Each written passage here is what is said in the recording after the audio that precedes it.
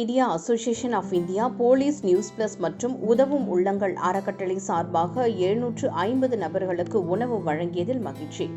கடந்த சனிக்கிழமை 21/3/2026 மற்றும் ஞாயிற்றுக்கிழமை 22/3/2026 ஆகிய 2 நாட்கள் சென்னை கோயம்பேடு பேருந்து நிலையம் உள்ளே மற்றும் எதிரில் தேர்தல் ஆணையம் அலுவலகம் அருகிலும் ரம்ஜான் பண்டிகை தினத்தை முன்னிட்டு கோயம்பேட்டில் 400 நபர்களுக்கும், ஞாயிற்றுக்கிழமை அன்று பூந்தமல்லி பேருந்து நிலையத்தில் 250 நபர்களுக்கும் மற்றும் ஆலப்பாக்கம் பகுதியில் 100 நபர்களுக்கும் மதிய உணவாக சாலையோரம் வசிக்கக்கூடிய ஏழை எளிய மக்களுக்கும், மாற்றுத்திறனாளிகளுக்கும், தூய்மை பணியாளர்களுக்கும், வயது முதிர்ந்தவர்கள் மற்றும் பெரியோர்கள், சிறியவர்கள் என 750 நபர்களுக்கு சிக்கன் பிரியாணி, இனிப்பு மற்றும் தண்ணீர் பாட்டிலுடன் வழங்கப்பட்டது.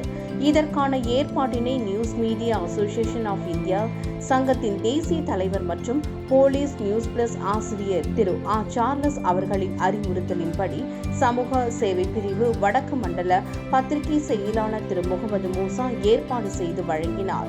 போலீஸ் நியூஸ் பிளஸ் செய்திகளுக்காக டாக்டர் ஈவ்லின். தமிழக காவல்துறை பத்தின வீடியோக்களை மிஸ் பண்ணாம பார்க்கணும்னா நம்ம போலீஸ் நியூஸ் பிளஸ் யூடியூப் சேனல்ல லைக் பண்ணுங்க, ஷேர் பண்ணுங்க, சப்ஸ்கிரைப் பண்ணுங்க அண்ட் மறக்காம பெல் பட்டனை பிரஸ் பண்ணுங்க.